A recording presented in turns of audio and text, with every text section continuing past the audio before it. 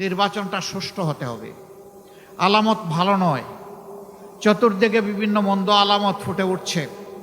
মা বোনদের গায়ে হাত দেওয়া হচ্ছে, হামলা করে মানুষ খুন করা হচ্ছে, অফিস পুড়িয়ে দেওয়া হচ্ছে, জায়গায় জায়গায় বাধা দেওয়া হচ্ছে, গায়ে পাড়া দিয়ে ঝগড়া বাঁধানোর চেষ্টা করা হচ্ছে। আমরা নির্বাচন কমিশন এবং সরকারকে বলতে চাই, আপনারা বলেছেন সুষ্ঠু এবং ইতিহাসের সবচেয়ে শ্রেষ্ঠ নির্বাচন আপনারা উপহার দেবেন। এখন পর্যন্ত জনগণ আশঙ্কায় আছে, আশ্বস্ত হয়নি। আপনারা উপযুক্ত পদক্ষেপ নিয়ে জনগণকে আস্থায় আনেন। যদি আস্থায় না আনেন তাহলে ব্যর্থতার দায় আপনাদেরকে বহন করতে হবে। যারা আজকে আমাদের সহকর্মীদের গায়ে হাত দিচ্ছেন তাদের প্রতি অনুরোধ, ভাই এখন তো ভরা মাঘ মাস, শীত একটু কম হলেও এখনও যদি মাথা গরম হয়ে যায় চৈত্র মাসে কি করবেন? একটু মাথাটা ঠান্ডা রাখুন, একটু অন্যকে সম্মান করুন। গাল ভরে যে গণতন্ত্রের কথা বলেন সেই গণতন্ত্রের পথ ধরে হাঁটুন। আপনার কর্মসূচি আপনি নিয়ে যান, জনগণকে বুঝান। এদেশের শতভাগ মানুষকে যদি আপনি আপনার সাথে বুঝিয়ে সুঝিয়ে নিয়ে যেতে পারেন, আপনাকে অভিনন্দন জানাব। কিন্তু গায়ের জোরে পুরানা কায়দায় যে কোনোভাবে নির্বাচনকে নিজের অনুকূলে নেওয়ার চেষ্টা করবেন, আমাদের যুব সমাজ ঘুমিয়ে পড়েনি। 5 তারিখ যে যুব সমাজ জেগে উঠেছিল তারা অতন্দ্রী প্রহরীর মতো আছে। সেই যুব সমাজ জগদ্দল পাথরকে সরাতে পেরেছে। এই যুব সমাজ নতুন পোশাক পরে ফেসিবাদের চরিত্র নিয়ে কেউ আসলে তাদেরকেও ছাড় দেবে না।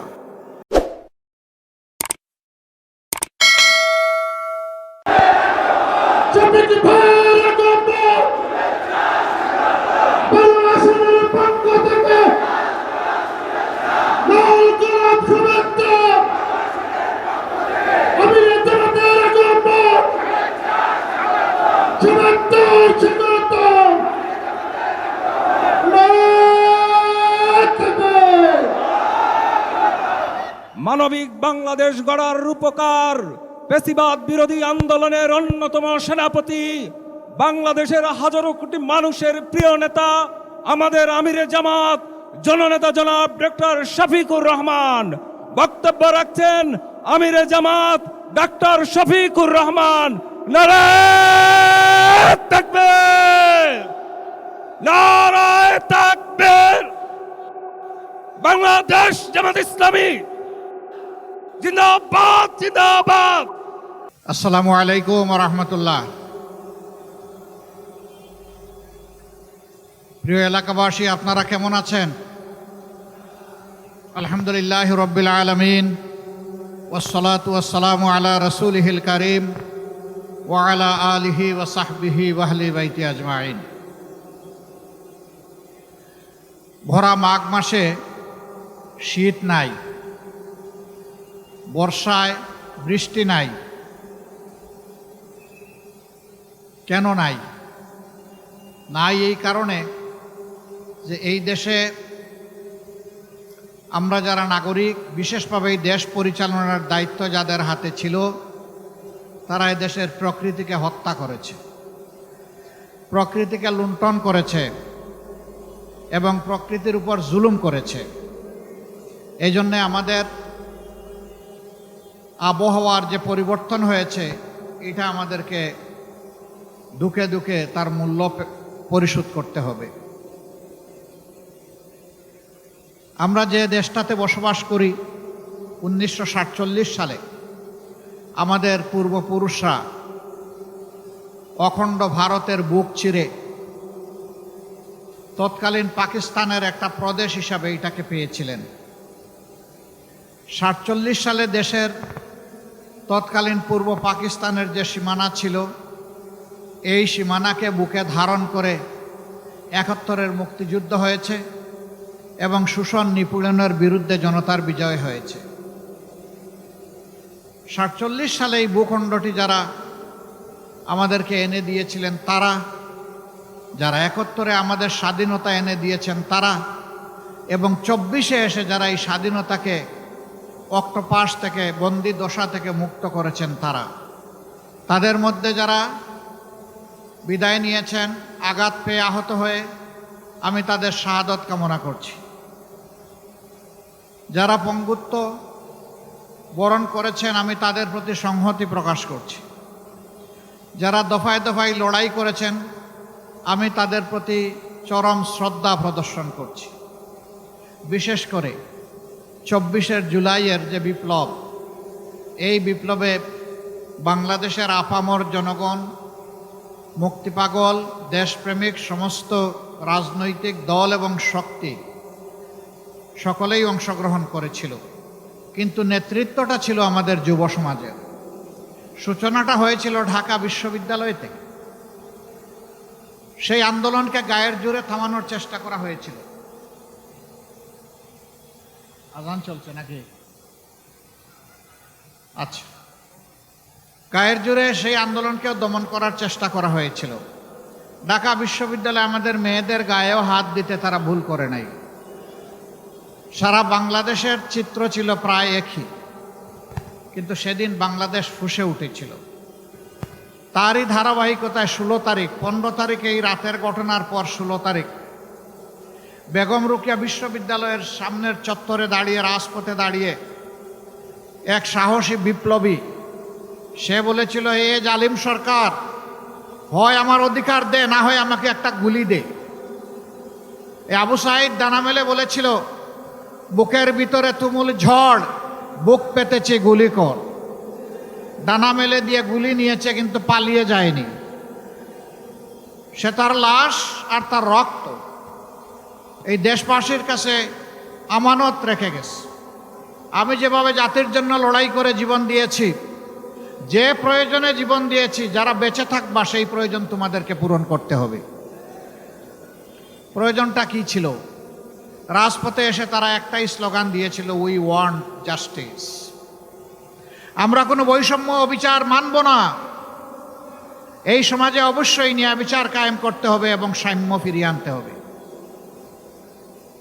এখানেই সমস্যা। এই যে চাঁদাবাজ, এই যে দখলবাজ, এই যে মামলাবাজ, এই যে দুর্নীতিবাজ, এই সবগুলা বাজ পাখির মতো কালো চেহারা ধারণ করে সাধারণ জনগণের উপরে এসে ছু মারে। এখানে আমি আস্তে আস্তে শুনছিলাম, একজন বক্তা বলছিলেন, কৃষক তার উৎপাদিত পণ্যের সঠিক মূল্য পায় না। সে যা পায়, রাজধানী ঢাকায় আসতে আসতে এটা 3 গুণ 4 গুণ হয়ে যায় মূল্য। কিন্তু ওই কৃষক, প্রান্তিক চাষি, তার পণ্যের মূল্য পায় না। তার না পাওয়ার দুটো কারণ, একটি হচ্ছে সিন্ডিকেট, আর একটি হচ্ছে চাঁদাবাজ।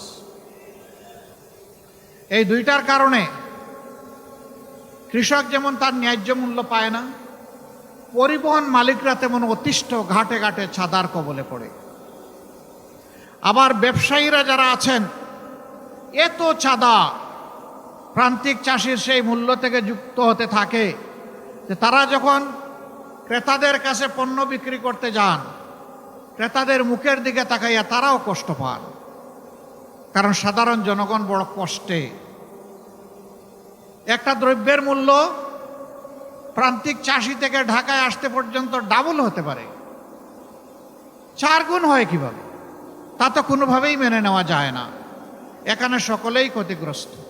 কৃষক ক্ষতিগ্রস্ত, পরিবহন মালিক ক্ষতিগ্রস্ত, যারা হোলসেল ব্যবসা করেন তারা ক্ষতিগ্রস্ত, যারা রিটেল ব্যবসা করেন তারাও ক্ষতিগ্রস্ত। মূল কারণ চাঁদা। আমরা আপনাদেরকে মোবারকবাদ জানাই,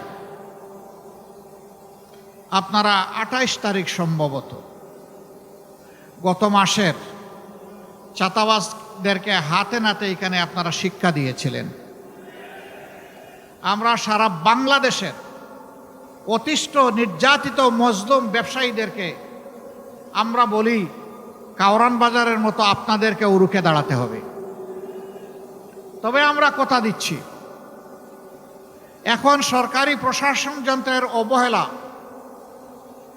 দায়িত্ব পালনে গাফলাতের কারণে, আর হতে পারে কিছু জায়গায় হালুয়া রুটির ভাগ বাটুরার কারণে এই যে চাঁদা হয়, আমরা আশাবাদী বাংলাদেশের মুক্তিকামী মজলুম জনগণের ইনশাআল্লাহ আমানত এবং ভোটে আগামী 12 তারিখ আল্লাহ তাআলা ঐক্যবদ্ধ বাংলাদেশ নির্বাচনী 11 দলীয় ঐক্য জোটের প্রার্থীদেরকে ইনশাআল্লাহ নির্বাচিত করবে। আমরা আশাবাদী 13 তারিখ থেকে বাংলাদেশের চিত্র পাল্টে যাবে ইনশাআল্লাহ।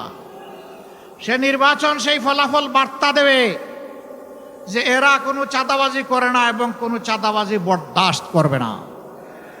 সাথে সাথে 90% চাঁদাবাজের হাত অবশ হয়ে যাবে।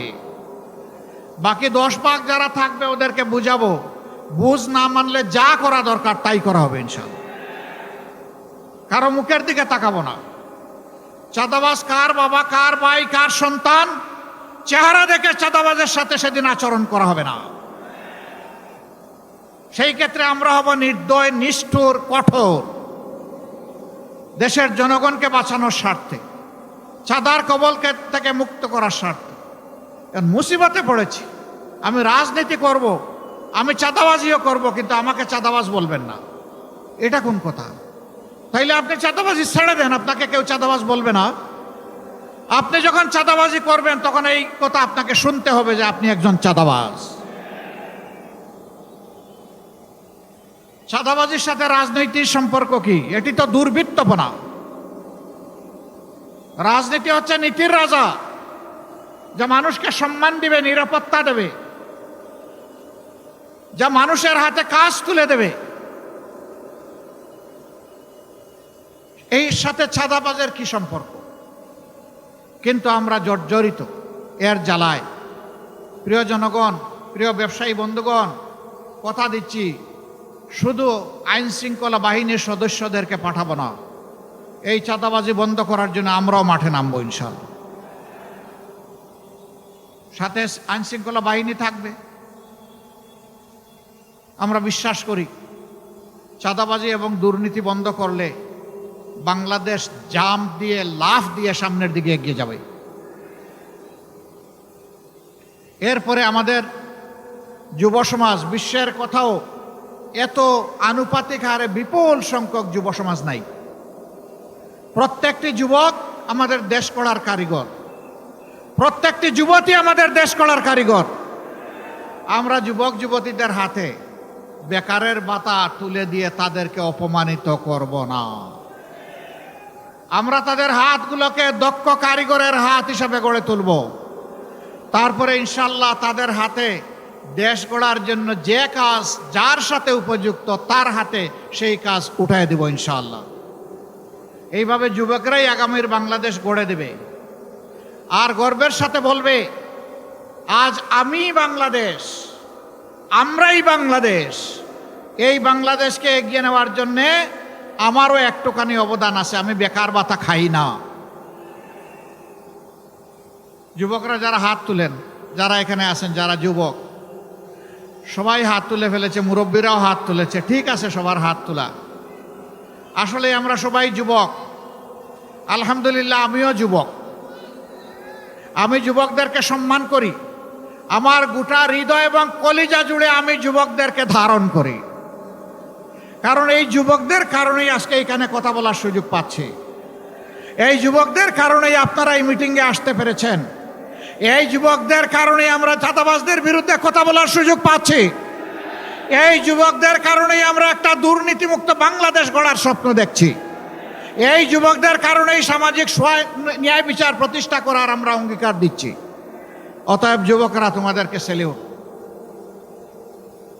তোমাদের হাতে বাংলাদেশ তুলে দিতে চাই, তৈরি হয়ে যাও। তোমরা থাকবা বাংলাদেশ নামের যে এয়ারক্রাফট, যে প্লেন, যে উড়োজাহাজ, এইটার ক্যাপ্টেন হিসাবে তোমরা বসবা ককপিটে, আমরা বসবো প্যাসেঞ্জারের সিটে। আমরা তোমাদের জন্য দোয়া করব, সঙ্গত সকল সৎ পরামর্শ দেব। আর সেদিন আমরাও খুশি হয়ে গর্বের সাথে বলবো, আমাদেরও একটা যুব সমাজ আছে। আমাদের যুব সমাজকে কেউ মাদক, চোরাচালান, অস্ত্রবাজ, চাঁদাবাজ, দখলদার আমাদের যুব সমাজকে বানাবে, আমরা তা সহ্য করব না। এ সমস্ত কাজে যারা লিপ্ত আছে তারাও আমাদের সন্তান। ওদেরকে আমরা বুকে টেনে নেব, ওদেরকে শিক্ষা দিব, প্রশিক্ষিত করব, ওদের হাতেও সম্মানের কাজ তুলে দিব ইনশাআল্লাহ। সেদিন আর তাদেরকে লজ্জার সাথে এই সমাজে বসবাস করতে হবে না, তারাও সেদিন গর্বের সাথে বসবাস করবে এবং বাংলাদেশকে গড়ে দেওয়ার ক্ষেত্রে তারা অবদান রাখবে ইনশাআল্লাহ।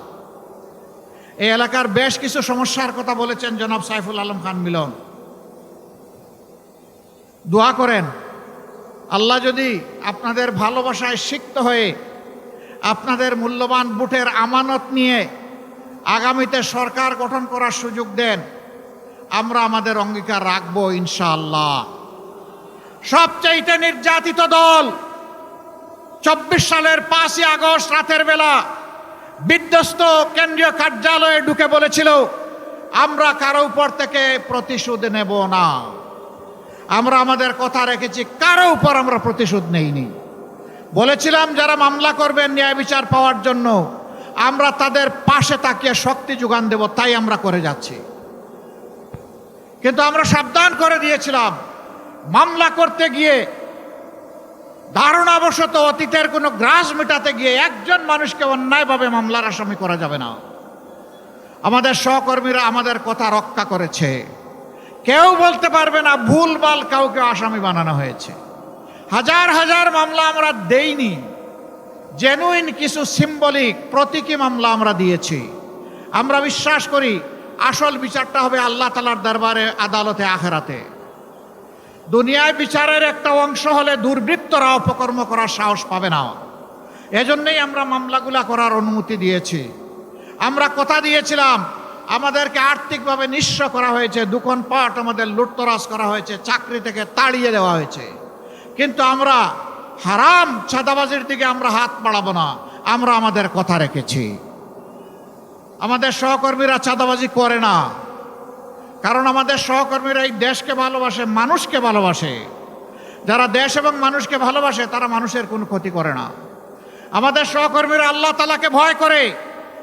দুনিয়ার পুলিশ আর্মি আমাদেরকে না দেখতে পারে, আল্লাহর নিয়োজিত ফিরিস্তারা আমাদেরকে প্রতিনিয়ত রেকর্ড করছেন। আদালতে, আখেরাতে ভালোর জন্য পুরস্কার পাবো, অন্যায়ের জন্য আমাকে তিরস্কৃত এবং শাস্তি পাওয়ার জন্য প্রস্তুত থাকতে হবে, এ ভয় আমরা করি। সম্মানিত ভাইয়েরা, আমাদের প্রমাণ আমরা কিভাবে স্বচ্ছ সৎ থাকব। আমাদের দুইজন শহীদ নেতা, আমাদের সাবেক আমির শহীদ মৌলানা মতিউর রহমান নিজামী এবং শহীদ সেক্রেটারি জেনারেল জনাব আলী আহসান মোহাম্মদ মুজাহিদ, তারা 3টি মন্ত্রণালয়ে 2 পর্যায়ক্রমে এই 2 দায়িত্ব পালন করেছিলেন। যতদিন ওই সংশ্লিষ্ট মন্ত্রণালয়ে দায়িত্ব পালন করেছেন, সেই সময়টা জুড়ে আমাদের কোনো প্রতিপক্ষ, শক্ত কোনো সমালোচক অথবা শত্রুও আঙ্গুল তুলে বলতে পারে নাই যে তারা অসৎ ছিলেন এবং তারা ছিলেন দুর্নীতিপরায়ণ, তারা ছিলেন স্বজনপ্রীতিপরায়ণ। এই কথা কেউ বলতে পারে নাই। 2-1 নেতা এখন বলছেন, ঠিক আছে আমরা এত অসৎ ছিলাম, আপনারা এত সৎ ছিলেন, তো ছেড়ে গেলেন না কেন? আমরা ছেড়ে যাইনি এই কারণে, অন্তত 3টা মন্ত্রণালয় বেঁচে যাক, দুর্নীতির হাত থেকে রক্ষা পাক, কিছু একটা ঠিকানা মানুষ পেয়ে যাক এবং বাংলাদেশের মানুষের মনে আস্থা তৈরি হোক। ভালো মানুষের হাতে দেশ গেলে সৎ থাকা সম্ভব, দুর্নীতিও দূর করা সম্ভব। সম্মানিত এলাকাবাসী, দোয়া করেন আমরা যেন কথা রাখতে পারি। এখন কথা আসে, জনগণের ভোটে ধরে নেন আপনারা নির্বাচিত হলেন, তাহলে তো আপনারা ওয়াদা পালন করবেন। যদি আপনারা সুষ্ঠু ভোট হওয়ার পরেও নির্বাচিত না হন, আপনাদের নীতি কি হবে? সুষ্ঠু ভোটে যেই নির্বাচিত হবে আমরা তাকে ওয়েলকাম করব। আমরা যদি নির্বাচিত হই তাইলে অন্যদেরকে ওয়েলকাম করতে হবে। এটাই ডেমোক্রেসির এসেন্স, সৌন্দর্য। আমি জিতলে ওয়েলকাম, না জিতলে বিফল কাম, আমি মানি না। এটা বন্ধ হতে হবে। তবে হ্যাঁ, নির্বাচনটা সুষ্ঠু হতে হবে। আলামত ভালো নয়, চতুর্দিকে বিভিন্ন মন্দ আলামত ফুটে উঠছে। মা বোনদের গায়ে হাত দেওয়া হচ্ছে, হামলা করে মানুষ খুন করা হচ্ছে, অফিস পুড়িয়ে দেওয়া হচ্ছে, জায়গায় জায়গায় বাধা দেওয়া হচ্ছে, গায়ে পাড়া দিয়ে ঝগড়া বাঁধানোর চেষ্টা করা হচ্ছে। আমরা নির্বাচন কমিশন এবং সরকারকে বলতে চাই, আপনারা বলেছেন সুষ্ঠু এবং ইতিহাসের সবচেয়ে শ্রেষ্ঠ নির্বাচন আপনারা উপহার দেবেন। এখন পর্যন্ত জনগণ আশঙ্কায় আছে, আশ্বস্ত হয়নি। আপনারা উপযুক্ত পদক্ষেপ নিয়ে জনগণকে আস্থায় আনেন। যদি আস্থায় না আনেন তাহলে ব্যর্থতার দায় আপনাদেরকে বহন করতে হবে। যারা আজকে আমাদের সহকর্মীদের গায়ে হাত দিচ্ছেন তাদের প্রতি অনুরোধ, ভাই এখন তো ভরা মাঘ মাস, শীত একটু কম হলেও এখনো যদি মাথা গরম হয়ে যায়, চৈত্র মাসে কি করবেন? একটু মাথাটা ঠান্ডা রাখুন, একটু অন্যকে সম্মান করুন। গাল ভরে যে গণতন্ত্রের কথা বলেন সেই গণতন্ত্রের পথ ধরে হাঁটুন। আপনার কর্মসূচি আপনি নিয়ে যান, জনগণকে বুঝান। এদেশের শতভাগ মানুষকে যদি আপনি আপনার সাথে বুঝিয়ে সুঝিয়ে নিয়ে যেতে পারেন, আপনাকে অভিনন্দন জানাবো। কিন্তু গায়ের জোরে পুরানা কায়দায় যে কোনোভাবে নির্বাচনকে নিজের অনুকূলে নেওয়ার চেষ্টা করবেন, আমাদের যুব সমাজ ঘুমিয়ে পড়েনি। 5 তারিখ যে যুব সমাজ জেগে উঠেছিল তারা অতন্দ্রী প্রহরীর মতো আছে। সেই যুব সমাজ জগদ্দল পাথরকে সরাতে পেরেছে। এই যুব সমাজ নতুন পোশাক পরে ফেসিবাদের চরিত্র নিয়ে কেউ আসলে তাদেরকেও ছাড় দেবে না ইনশাআল্লাহ। আমরা তৈরি। ওই যে হাদি বলেছিল, জীবন দিব জুলাই দিব না। আমরা পরিষ্কার ঘোষণা করতে চাই, প্রয়োজনে দেশের জন্য জীবন দিব, কিন্তু জনগণের অধিকার কাউকে কেড়ে নিতে দেব না ইনশাআল্লাহ। আপনারা প্রিয় দেশবাসী শুধু আমাদের সাথে থাকবেন, আমরা সমান তালে লড়ে যাব যতদিন পর্যন্ত এই দেশবাসীর বিজয় না হবে। স্পষ্ট কথা, আমরা জামাতে ইসলামের বিজয় চাই না, আমরা 18 কোটি মানুষের বিজয় চাই। 18 কোটি মানুষের বিজয়ের জন্য আমাদের লড়াই। এ লড়াই কেউ থামাতে পারবে না। আমরা কোনো শক্তি, কোনো দেশ, কোনো ব্যক্তিকে পরোয়া করি না। আমরা পরোয়া করি আল্লাহ রাব্বুল আলামিনকে। আল্লাহ তাআলা ছাড়া কারো কাছে আমরা মাথা নত করি নাই, মাথা নত করব না। আমরা এদেশের বীরদেরকে বুকে ধারণ করে লড়াই চালিয়ে যাব ইনশাআল্লাহ। এ লড়াইয়ে ইনশাআল্লাহ জনতার বিজয় হবে, সত্যের বিজয় হবে, দুর্বৃত্তদের বিরুদ্ধে ইনশাআল্লাহ আমাদের বিজয় হবে। আমরা সেই বিজয়ের জন্য সবাইকে নিজ নিজ জায়গা থেকে অবদান রাখতে বলি। 2টি ভোট, একটা হচ্ছে হা ভোট। এটাই কারণে ওই বস্তা পচা রাজনীতিকে আমরা বলবো যে তোমাকে লাল কার্ড। তুমি অনেক ভুগিয়েছ, ফ্যাসিস্টের জন্ম দিয়েছ দফায় দফায়। ওই রাজনীতি আমরা আর চাই না। নতুন রাজনীতির প্রয়োজন, স্বচ্ছতার রাজনীতির প্রয়োজন, দায়বদ্ধতার রাজনীতির প্রয়োজন। বাংলাদেশ জামাতে ইসলামী থেকে যারা নির্বাচিত হবেন, আমরা কথা দিচ্ছি বছরে একবার জনগণের কাছে শুধু নিজের নয়, পরিবারের সকল সদস্যের হিসাব স্পষ্টভাবে তুলে ধরতে বাধ্য হবেন। এই 5 বছর কি করেছেন, জনগণের সম্পদ তাদের পকেটে ঢুকেছে কিনা জনগণকে বুঝার সুযোগ দিতে হবে। দেশের সম্পদ দেশের জনগণের, সুতরাং আমাদের কাছ থেকে হিসাব বুঝে নেওয়ার অধিকারও জনগণের। আপনারা সেই অধিকার আমাদের উপর প্রয়োগ করবেন ইনশাআল্লাহ। আমরা আপনাদেরকে কথা দিচ্ছি, আপনাদেরকে সাথে নিয়েই দেশ গড়ব। যে কয়টি সমস্যার কথা বলা হয়েছে ইনসাফের ভিত্তিতে তার সমাধান করব ইনশাআল্লাহ। সম্মানিত ভাই ও বন্ধুগণ, প্রথম ভোটটি হবে ইনসাফের পক্ষে, মুক্তির পক্ষে, নূতন রাজনৈতিক ব্যবস্থাপনার পক্ষে হা ভোট। প্রথম ভোটটা কি হবে? হা মানে আজাদি, না মানে গুলামি। আজাদি না গুলামি? আজাদি, আজাদি, গুলামি নয়। আমরা গুলামি মানব না। দ্বিতীয় ভোটটি হচ্ছে ইনসাফের পক্ষে। আমাদের প্রতীক দাড়িপাল্লা। আমরা জনগণকে তাদের অধিকার মেপে মেপে কাড়ায় গন্ডায় আমরা বুঝাই দিতে চাই। আমি এখন সেই ইনসাফের প্রতীক দাড়িপাল্লা 12 নম্বর আসনে, ঢাকার এই মর্যাদাপূর্ণ আসনে, বিশাল শিল্প এলাকা, বাণিজ্যিক এলাকা, আবাসিক এলাকা নিয়ে এই আসনে বাংলাদেশ জামাতে ইসলামী যাকে 11 দলের পক্ষ থেকে মনোনয়ন দিয়েছে, আমাদের প্রিয় ভাই, প্রিয় নেতা জনাব সাইফুল আলম খান মিলনের হাতে আমি তুলে দিচ্ছি।